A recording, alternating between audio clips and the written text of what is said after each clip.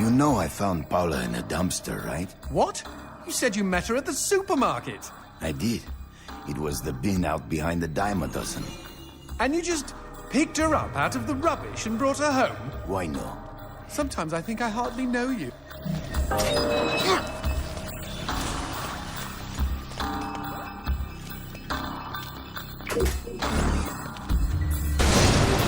What was that? I don't know, but we've got company, as in lots of. Well, if they pull up a chair, I would be happy to beat them with it.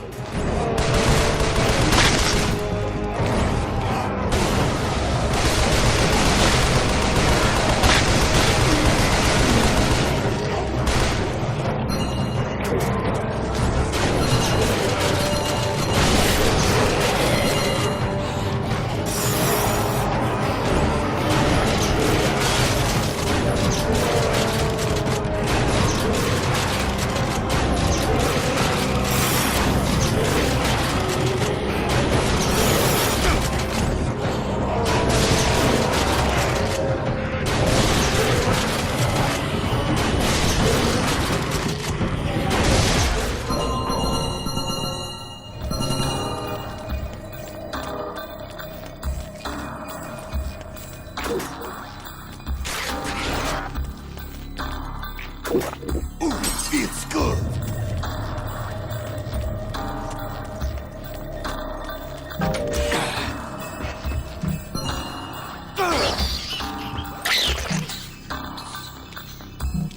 The man who never had his fill. It was a cold and snowy eve. Certainly no night for a man without a home to be walking these grey and endless streets. Inside the pizza parlour, George Reed spun a lively tune on his harmonica. The local children giggled and pointed excitedly at the harmonica man as their parents glowed with approval. His reward would be all the pizza he could eat, 6 pies at least, and a warm bed in one of these folks' homes. He knew they were good for it. But when he tucked in for the night, George had not had his fill. As the years and calories stacked up, most men would have got older and fatter.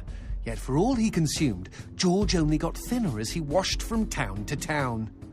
Tapeworm. Tonight he plied his trade with some grannies and orderlies in a nursing home. Hoo-ah-ha! His harmonica filled the room with joy. After devouring 3 helpings of pork chops and mashed potatoes, he eyed the plate of the old woman next to him. Juice dribbled down his chin. "Go ahead, Georgie," she said. "You're such a good boy, you shouldn't have to starve." But George had not had his fill. Early the next morning, he was already on the freeway with his thumb in the air. "Where are you headed?" said the man in the truck. "Nowhere," said George. "Anywhere." It was a new decade, and tonight George played to an all but empty bar in the city. He had lost a lot of weight. Afterwards, the only woman in the joint took the stool next to him and asked him his name. The bartender leaned over the counter. "You don't know this guy, Mary.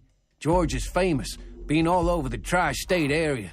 With a wink, he added, "Man's insatiable." And that night, George proved it as he buried his face in Mary's beaver. Holy woodland creatures! Attaboy, George! Attaboy, George! "Play that harmonica," she purred. But even after 5 trips to heaven and back, he had not had his fill. The morning after was an awkward affair as they stared at each other over coffee. One wanted to feel more, the other just wanted to feel. In his final days, George was all skin and bones. I can relate, except for the skin part. His last meal had been a mistake. It was on a sidewalk one night in a small suburban town that he came across the boy. Hungrily, and with an agonized grimace, he opened his mouth to beg for help.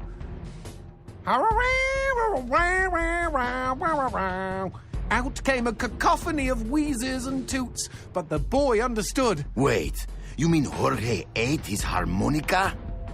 Once he was alone, George Reed looked at the candy bar he held in one hand and began to cry.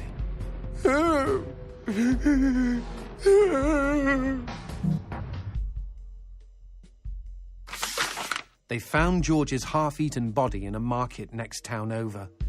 In one hand he held a knife, in the other a fork. Chunks of flesh had been torn from his chest and his arms. Blood framed an eerie smile.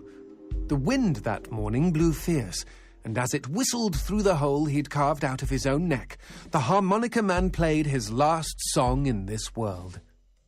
There were Gawkers, and many knew him.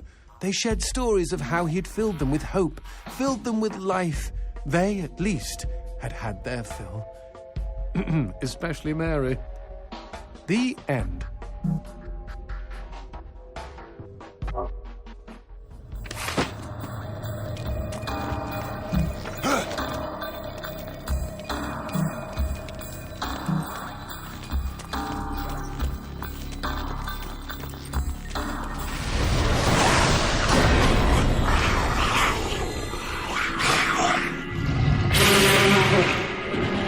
That cheeky imp!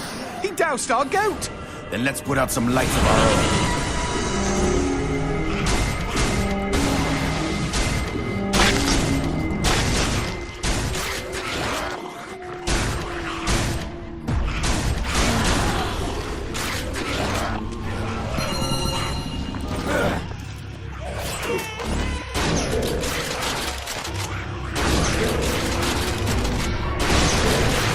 Would you kindly bust a cap in those mother fudges before they douse the lights?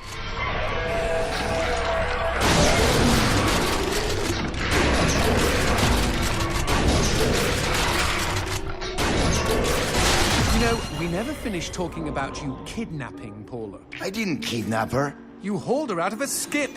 Isn't that illegal in some states? What did she say? Nothing. Not for weeks. I was afraid to even touch her, you know? Like she didn't belong to me. To anyone. But something changed. There was a phone call.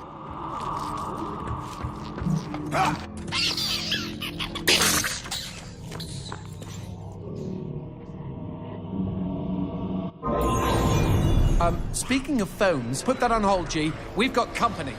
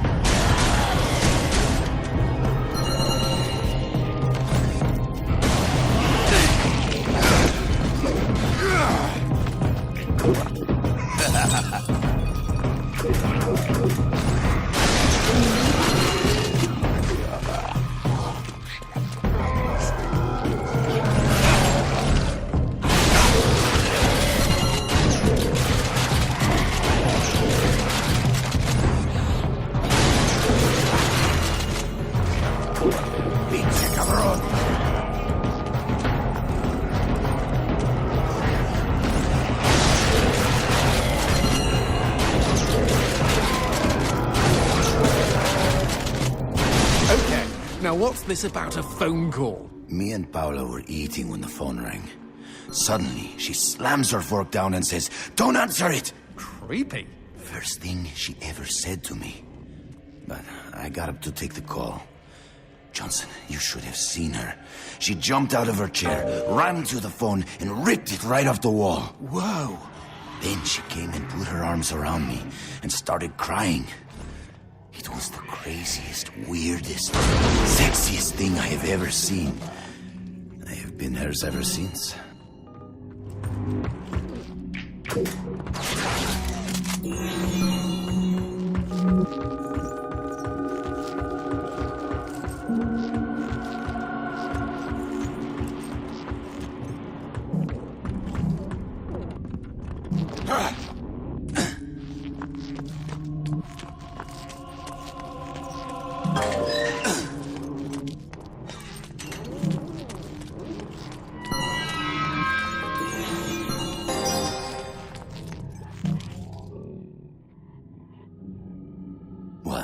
demons don't like teeth? The gun laws here are very strict.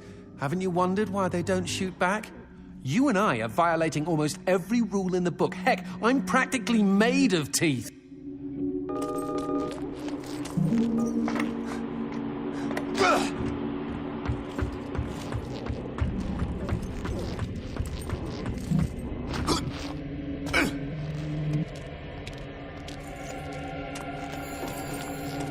Expecting any phone calls? No, siree. Maybe it's from Paula. Or at least someone with answers.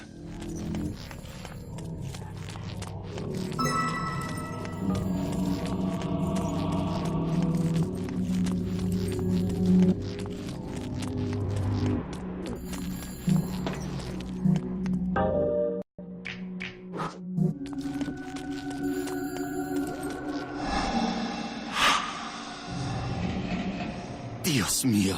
Paula, is that you? When will this fucking torture end? Ah! From hottie to hamburger, just like that.